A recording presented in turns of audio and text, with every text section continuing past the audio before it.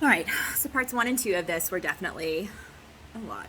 I strongly encourage you to go back and take a look at those parts maybe after you viewed this one if you're interested still. But this one's going to be the beginning of like, what symbols do I need to watch while I'm going through this particular series, specifically season 4 of this particular series.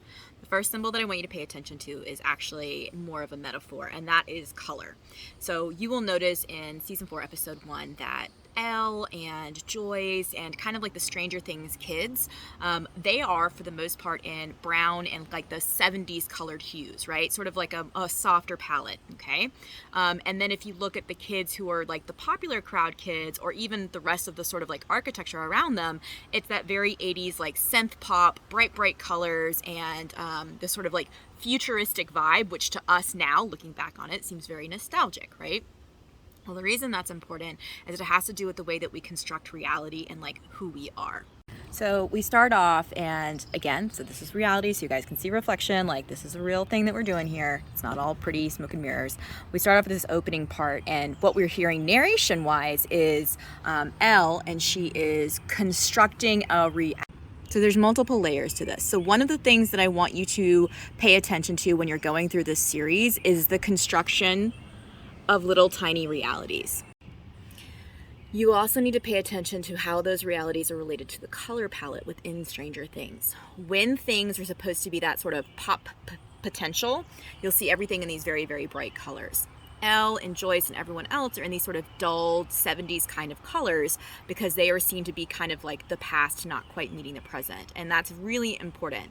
This opening sequence is Elle explaining reality to our narrator, to us, and she's doing it via letter formation. We find out later in this particular episode, so this is not a spoiler for the other episodes, that the reality that she has presented is actually not reality. She has created this sort of fantasy world, and she's also, in this opening sequence, she's actually like creating, Hopper and Hopper's cabin and all of those things in this little tiny reality.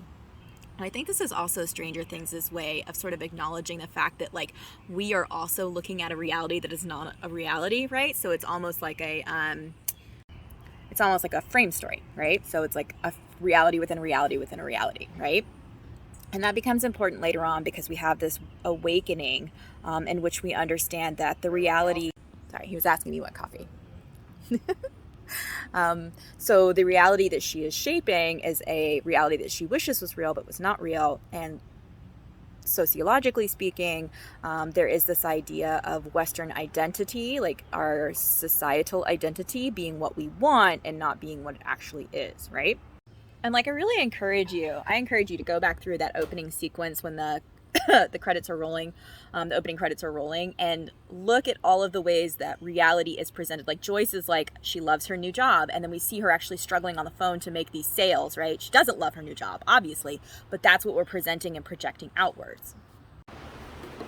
So I moved you inside so you could see the color palette of this. So notice that she is in these very sort of 70s style, which is ironic because then in the 90s it comes back again through grunge, and then all of her classmates and even like the framing of the shot is in this 80s style palette, right? So like all of the other kids are wearing these sort of bright, very 80s style clothes, and even the pastels seem to be super bright. Aha! Here we go. Okay, so we're going to talk about Hellfire Club in a minute, but I want you to keep in mind that like during the late 70s and early 80s, there was this whole like satanic panic thing where like everyone really was afraid that Satanism was causing murder. And like, say what you will about it, but there was definitely some aspects of the news that were blowing up this idea of like Dungeons and Dragons leading to kids being like influenced by Satanism and like causing murder and havoc and all of those things.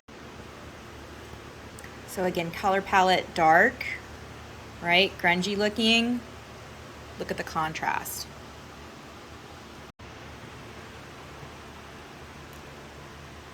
Look at the contrast. So I'm not going to go into the speech. Obviously, we're supposed to be separating our guys, from these guys, right? So these, and there's this sort of whole icky, like, exploitative scene where he talks about, like, death and tragedy, and he uses it as a rallying cry. And, like, I know all of us are kind of like, ew, that feels icky and exploitative, but And the fact of the matter is that our society does the exact same thing, meaning that we use death and catastrophe and tragedy to make those big Hegelian swings from one thing to another. And the fact of the matter is that Stranger Things directors are smart enough to make us not immediately dislike this kid. Like, we don't immediately go, oh, he's such a jerk and we don't really like him. Like, he thinks he's doing the right thing. Like, in his own little adolescent brain, like, he is really feeling that this speech that he is giving is like, that's the route that we're gonna go. Like, that's the good thing. And like, it's done in our society too, you know, like leaders often will use tragedy and extreme situations in order to make societal movement, in order to use pathos to sort of move society along. So this is a perfect example of why it's important that you pay attention to color palettes when it comes to storytelling. What you see here is a progression of the Hegelian dialectic. Crazy, right? Here's extreme number one. I reject all of society. I am in these dark colors. I am exhibiting this as my actual self. This is my identity. And that's a very adolescent understanding, right? When you're an adolescent, you start identifying who you are by how you dress. Here is the other side of it. I am fully identifying with this type of personality. This is who I am. I am rejecting this old identity, and this is my new identity. And they're actually having a conversation about rejecting the old identity for the new identity. Why can't you come to my game? Hey, we've had this D&D thing scheduled. And then we see the combination therein. He's got both going on. Very 80s color palette. Please ignore my nails. We've got this thinking cap, but notice it says thinking cap, but it's in that like 80s pop. Dustin is the combination thereof. So remember, Hegelian dialectic goes from one extreme to the other extreme. So the first thing that I want you to pay attention to when you're watching Stranger Things from here on out, pay attention to the color palette, pay attention to the fashion.